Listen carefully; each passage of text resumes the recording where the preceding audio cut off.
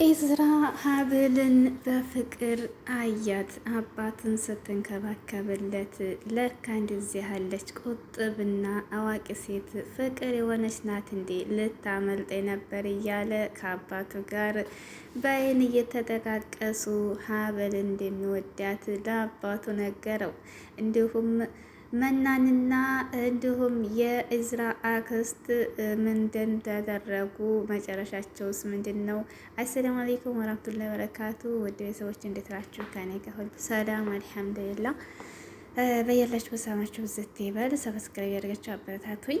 እንግዲህ ባለፈው መናን ሚስጥሩን ዘርግፋ ነበር የእዝራን እና የማህደርን እዚህ ቤት አንድ መሆናቸውን እንዲሁም ፍቅረኛ መሆናቸውን እንዲሁም ደግሞ የእዝራ አክስት አጸግነት ለምን እዚህ ቤት እንደመጣች ከማህደር ጋር ግንኙነቷ ምን እንደሆነ ያለውን ነገር ለምንስ እየተጣሉ እንደሆነ ያለውን ነገር እንግዲህ ለምን እንደመጣች ማህደር እንዲሁም በፊት ሴት አዳሪ እንደሆነች ለእዝራ ደግሞ ፍቅረኛ እንደሆነች እንግዲህ አያውቅም ነበር ማለት ነው። አባትየው እንግዲህ አቶ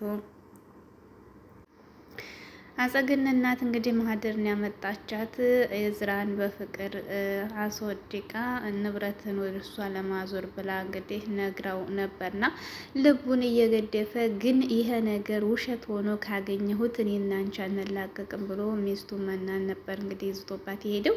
ከዚያም በኋላ እዝራ እናቱ ብሎት እንግዲህ ከተገናኙ በኋላ ምንድነው የምሰማው ብሎ አንገቱን እንግዲህ አንቆ አለቅም አለ አቶ እንግዲህ እስክንድር ማለት ነው። ልጁን በጣም የሚወደው ልጁን ምክንያቱም እንዲህ ያለ ነገር ቤቴ ሲካሄድ እንዴት እኔ አንተን ብሎ ምስጢረኛ እኔ ልጅ አለኝ ብዬ ንብረቴን በአንተ ማዞሬ ነው የዛለን የተሳሳኩት እንዴት እንደዚህ ቤት ውስጥ እንዲህ ያለ ነገር ታካሂዳለህ ብሎ ተናዶ እንግዲህ አቶ እስክንድር ልጁን እዝራን አንገቱን አንቆ አለቅም አለ። ያን ጊዜ ግን ሀብልን ፈርታ ፈዛ ዝም አለች። መናንም ደግሞ እንዲጋደው ስለሆነ እንትኗ ፍላጎቷ ዝም አለች።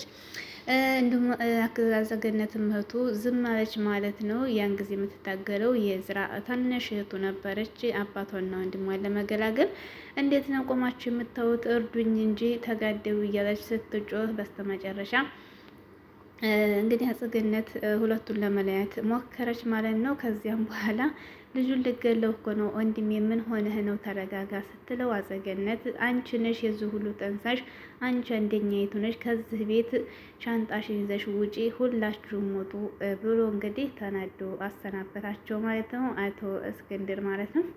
ከዚያ በኋላ እንግዲህ ችግሩ ታወቀ። እንግዲህ እንትና ሀብልን ጠይቃትና ተረዳች ማለት ነው። እንዲሁም ደግሞ መናንና ሀብል አሁንም ክርክር ላይ ናቸው። ምክንያቱም እየተሳካላት ሲመጣ ደስ ብሎታል መናን ማለት ነው። ሀብል ደግሞ ይሄን ነገር ፈጽሞ አትፈልገውም ማለት ነው። ይሄን ነበር አጸገነታ ማህደር ነበር ማባር የፈለሽው አባርሽ አይደል? ግን ማን አንቺ ሲቀርልሽ መሰለሽ እንደ በስተመጨረሻ እያለች እናቷን ነበር እያለቻት ነው። እንዲሁም ደግሞ አንቺ ግን ትክክለኛ እናቴ ነሽ ወላ እንጀራ እናቴ ነሽ? የኛስ ነገር እኮ መቼ ይታወቃል ብላ እንግዲህ ጥያቄ ጠየቀቻት ማለት ነው። እኔ ባልወልድሽም እኮ አሳድጌሻለሁኝ አንከባክቤ ነበር ያለቻት ማለት ነው፣ መናን ማለት ነው። እና እንግዲህ ወደፊት ይለያል ብላ ሀብልን እንግዲህ በቁጣ ሄደች ማለት ነው። ከዚያ በኋላ ሀብልን ገብቶ እያወያን ነበር እዝራ ማለት ነው። ያን ነገር ማን ነገራት? አንቺ ነሽ ብሎ ያታል። ምንም ነገር አልነገርኩም ለአባት ብላ አለችው። እውነት ትክክለኛ ነሽ፣ ካፍሽ ነገር አልወጣም ብሎ ታስተነግራት ምንም አልተናገርኩም ነበር ያለችው ማለት ነው።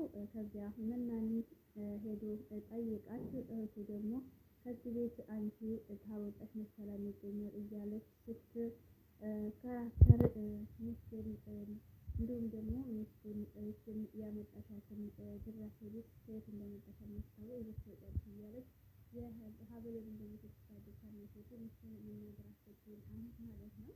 ከዚያ በኋላ ደስ አላት መናን ማለት ነው። እንግዲህ ስራ ሚስት የወደደ መስራት ከዛ መናን ለብቻት ላውራሽ አለና አቶ ያንፋት ማለት ከዚያ በኋላ እንግዲህ አንቺ ነሽ የነገርሽው ወይ ሆነ ሰዎች አንተስ ነው የነገርሽው? አይ እንግዲህ እኔ መናገር ያለብኝ ነገር ተናገርኩት። ለማሰራት እና ቤተሰብ ለማስጠራት እየሞከረ ከሆነ አይ በጣም ነው ከቤቱ ተፈልጎ ይወጣል ብሎ